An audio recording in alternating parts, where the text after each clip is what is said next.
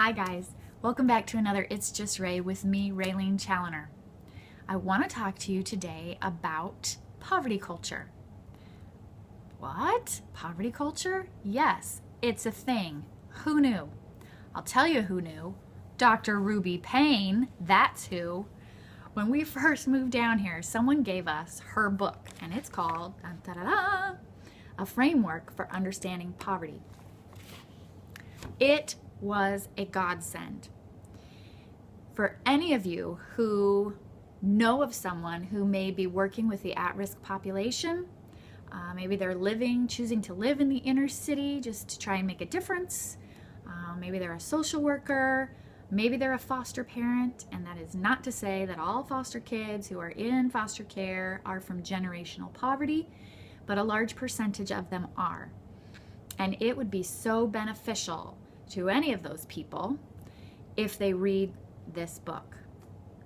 It helped Andy and I so much bring understanding to the population that we're working with.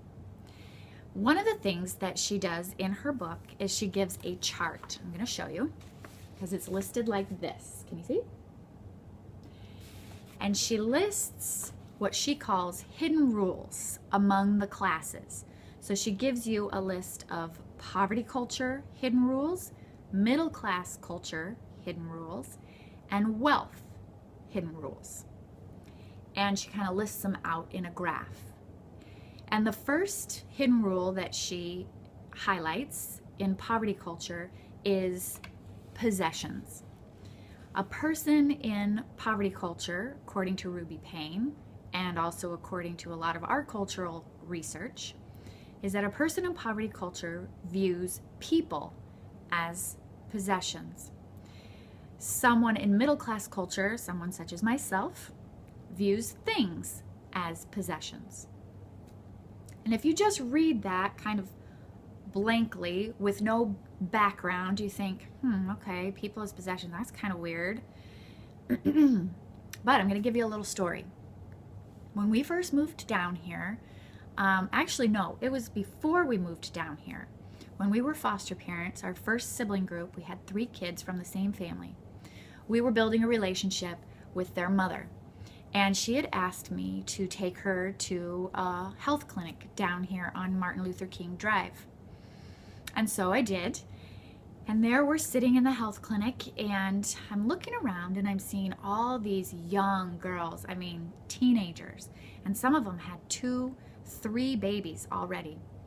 And something in my head popped in from something that either a friend or a family member had said years before. One of those comments, that you say and you have no idea what you're talking about. Why do all these babies keep having babies when I'm the one that's paying for it? My taxes are paying for all these babies, right? Maybe you've heard someone say that before.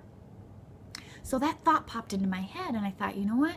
I'm just going to ask my friend Angie. Names have been changed. So I turn to her and I say, can I just ask you a question?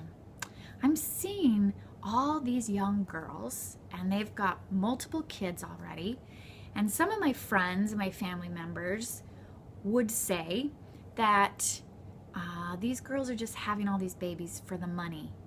What would you say to that? And she says, you know what? She smiles and graciously answers my question. We know that you think that. She says, and some of these girls, that could be the case. She says, but what you need to understand is that these babies, they're our babies. Nobody else's, they're ours.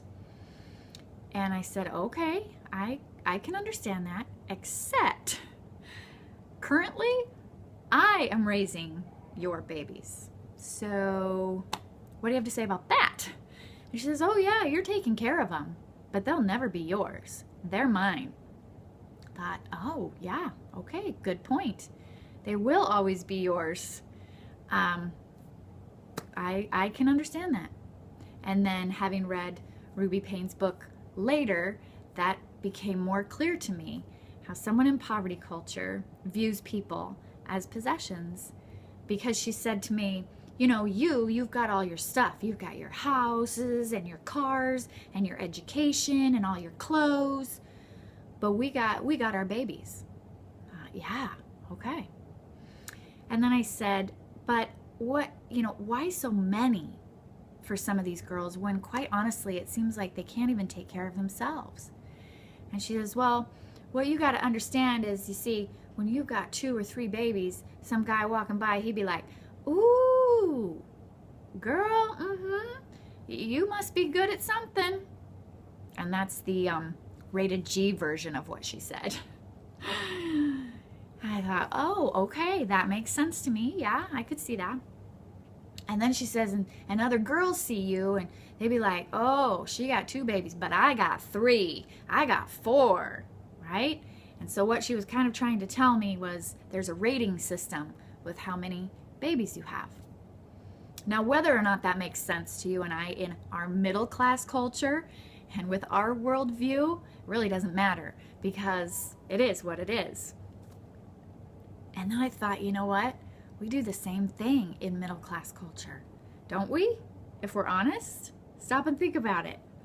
Don't we go, ooh, man, did you see the size of their house? Yeah, they must be doing okay, right? And the car that she's driving now, did you see the size of her wedding ring? Holy smokers. And did you know that she's got her master's, but now she's going for her PhD? All I have is my master's. All I have is my 4-year degree.